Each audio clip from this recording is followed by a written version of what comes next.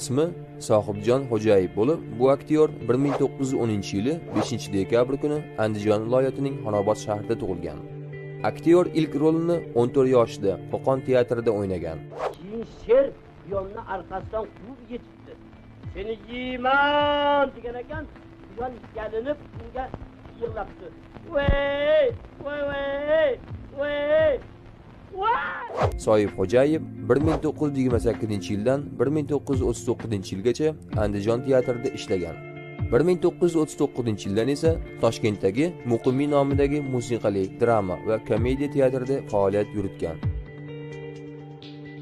Sohib Xo'jayev aktyorlik bilan birga Ekran handasi va Tabassum kabi radio jurnallarda ham ishlagan.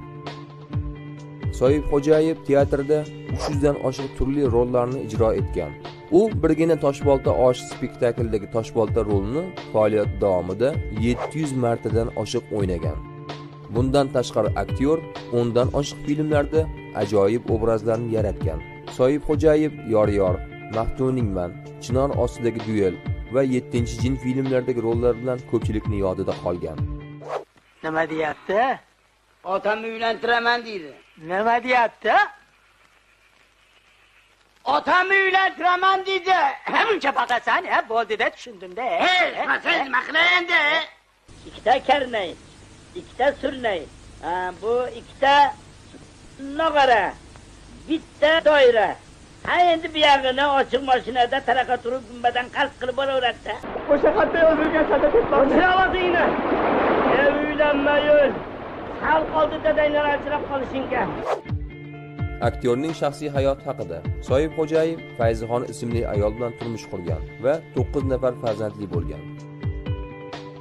Aktyor Sohib Xo'jayev 1982-yili 71 yoshida vafot etgan. Uni Toshkent shahridagi Chig'atoy qabristoniga dafn qilingan.